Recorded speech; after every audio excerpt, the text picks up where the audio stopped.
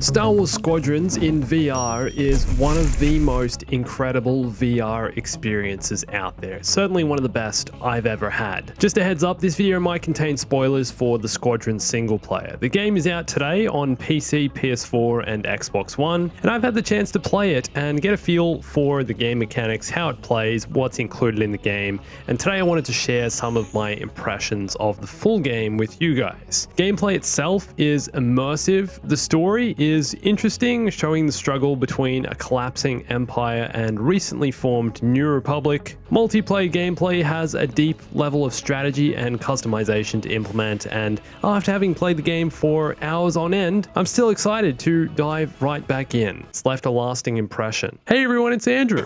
Do you guys remember the Star Wars Battlefront Rogue One X-Wing VR mission? Possibly the longest title in history for a VR game. What is that, 8 words in one title? Star Wars Squadrons is like a highly glorified version of that. It takes the basic principles that were being experimented with in the 15-minute long X-Wing mission and combines them with classic Star Wars starfighter games like Star Wars X-Wing, TIE Fighter, X-Wing vs. TIE Fighter. All these games released over 20 years ago, but their basic principles are really obvious in Squadrons. Fly out on missions as either the Empire or Rebels, in Squadrons' case the New Republic, scan enemy ships, engage enemy fighters, frigates, support ships, capital ships, dock in your own capital ship, and get briefed on your next mission. This is the experience you'll be getting in Star Wars Squadrons, except you can play the entire game in VR, which I know doesn't apply to all players, but I think it's also really obvious that this game was built to be played in VR, and that's the preferable experience. I'm not saying you can't play it on a traditional flat screen display. I played the entire story mode like this, but after I tried the VR, the only thing I could think was, man, I wish I played the story in VR. The enhancements it brings to the experience are overwhelming. I'm going to be giving away a few codes for Star Wars Squadrons in the next few weeks, so if you haven't bought the game yet, go follow me on Twitter at Bombastic. You'll be hearing more about that in the next couple of weeks. Keep an eye out. Now let's talk about the single player. Again, don't forget the spoiler warning. You can skip to this timestamp to hear more about the multiplayer. Personally, I enjoyed the single player campaign. I wouldn't say it's my favorite Star Wars story game, or even close to being one of my favorites, but some of the cinematic moments you'll be flying through and experiencing are what will make this memorable. The entire story itself goes for roughly 6 hours altogether, depending on your skill level and the difficulty you're playing on. And if you're thinking this story is going to be told similarly to a game like Jedi Fallen Order, then you'll need to change your expectations, because these games are nothing alike. Where Fallen Order focuses on heavy character development and Cal's personal journey, Squadrons is a more impersonal experience, much more concerned with the politics and narrative of the seemingly endless war between the Empire and New Republic. The characters you play as, who you get to customize right at the start of the game and give them your own name, for the most part say very little. They're blank canvases that act as vessels for you to observe the interactions between other characters. And this is where it's obvious the game was built with VR in mind. On a flat screen, it may appear that Squadron's characters are awkwardly standing there, directing their dialogue to you, giving you speeches. The way they address you honestly feels quite fake, and it doesn't feel like you're watching a movie or a cinematic. It's like they're reading dialogue. But when you jump into VR and suddenly the character is literally standing right in front of you, it makes a lot more sense and becomes a much more impressive, engaging experience. For starfighter pilots, this bunch certainly talk a lot and have a lot to say without you saying anything. I know we have a mission, but we also have each other to lean on and to protect.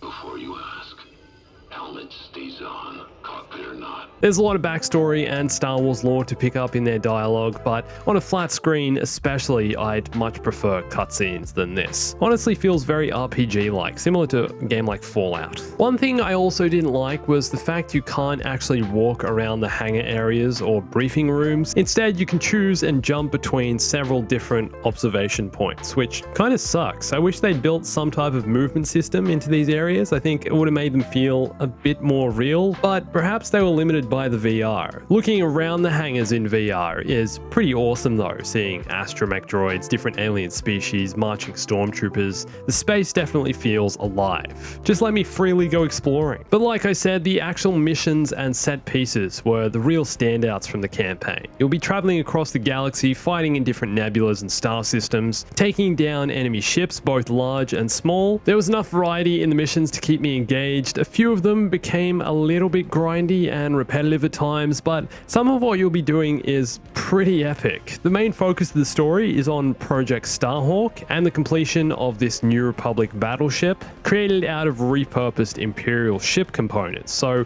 trying to destroy this as the Empire and defend it as the Rebels makes for some memorable gameplay. At one point you even have to fly inside the Starhawk itself, which I really wasn't expecting to be doing. Kind of like a little trench run inside this. Another great mission was this one, where you lead the New Republic fleet into a minefield of explosives and had to detonate them at the right moment to take out these Corellian corvettes. Overall, I enjoyed the story, and I'm glad they didn't focus on pre-existing Star Wars characters too much and instead really tried to highlight the significance of the Starhawk, the insubordination and infighting within the Empire, those things. All I need is repairs and proper munitions. No.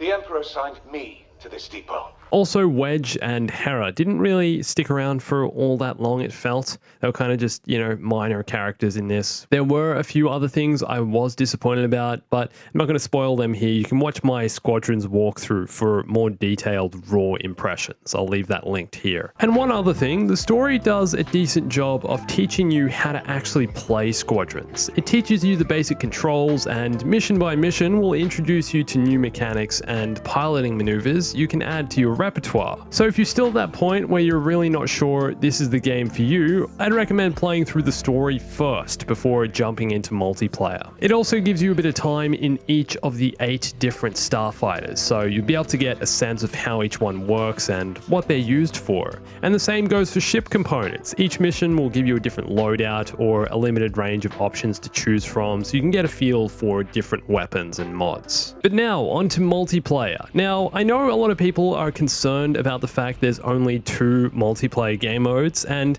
yes, the game definitely does feel like a smaller Star Wars experience, but it gets its core mechanics and gameplay so right that I don't think it matters. Playing Star Wars Squadrons multiplayer, whether you're playing dogfights or fleet battles, feels like the incredibly immersive starfighter experience we've always wanted, or perhaps didn't even know we wanted until we've tried this. The game does such a good job of creating a competitive environment, making you feel like every life, every bombing run, and every attack really matters. Dogfights are fast-paced and thrilling, weaving in and out of asteroids or ship wreckage to try and swing around and get a shot on the enemy. And it's first to 30 kills, but this actually takes, 10 or 15 minutes considering you're in space and it's not like an FPS game. I think you can really tell this game was built by the passion of the developers. They keep reinforcing the idea that this game was built as a passion project, and that shines through here in the multiplayer. The different ship customizations also adds enough variety to modify your playstyle, and based on the amount of time I spent playing, it doesn't feel like it takes too long to level up and unlock more glory, used for cosmetic unlocks, and requisition, which is used for ship components. Already I'm beginning to see which attachments and weapons I prefer, which others I think are less useful. It'd be cool to see more customization added down the track, even though this isn't part of the current plan. You've probably heard by now Squadrons has no in-game microtransactions or content updates. You buy the game and you've got the full game. There are, however, seasons or operations, which they're calling them, which I think go for about 12 weeks and will give you the chance to unlock certain cosmetic rewards by completing in-game challenges. Now, fleet battles. Squadrons large-scale game mode is still something I'm trying to wrap my head around. This game mode is challenging, to say the least. You're guaranteed to die a lot, especially when you're first starting off in the game. Kind of works as a tug of war between you and the enemy team. You can play this offline against AI also, but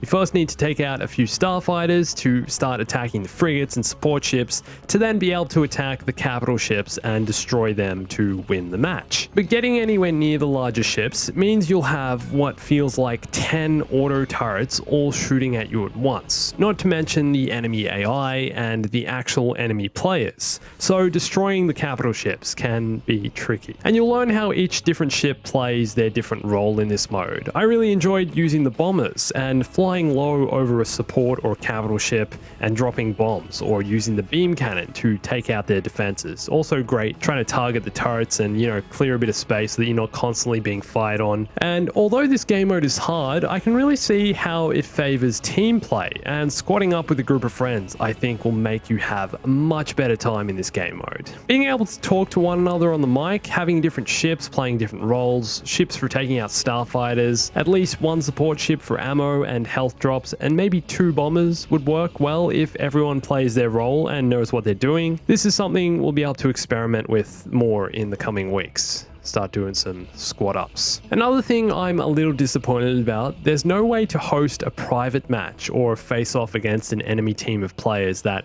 you know or have on your friends list. You can of course squad up with 5 people on a team, but can't fight another team of friends. So if this game is going to have a competitive community, hopefully we'll see this kind of thing added to the game. Matchmaking is rank and skill based, and this will balance depending on who else is in your squadron, but private matches or server hosting would work great for such a competitive game. I mean, I've already seen people wanting to start tournaments. I'm involved in a few tournaments coming in the next few weeks, so keep an eye out for those as well. Going to be playing with a bunch of friends, but I think it'll also be great to play against other friends. There's also an option in the game to play co-op offline together, so you can play fleet battles with one friend and everyone else is AI. So I like that, but definitely needs private matches. But overall, Squadrons is an impressive step forward for both Star Wars and VR gaming. Just the fact EA decided to make a more specialized Star Wars game, I think, is a good sign. And hopefully we'll see more of a trend of this style of game in the future. But I can definitely see myself spending more and more time in this game in the coming months and into the future. If you've been considering getting a VR headset, then this honestly might seal the deal. It's quite impressive. I'm also yet to try it out with HOTAS joystick and throttle, so I'll have to try that soon. But what do you think of the game? And what are your impressions? Let me know in the comments. And for more Squadrons, stick around on the channel. I'll be posting more in the next few days. And you can also watch my full playthrough here. And follow me on Instagram, Twitter, and join my Discord if you want to learn more about the giveaways, more Squadrons. They'll be happening in the next few weeks. And thanks for watching this. My name's Andrew. I'll catch you soon. Stay bombastic.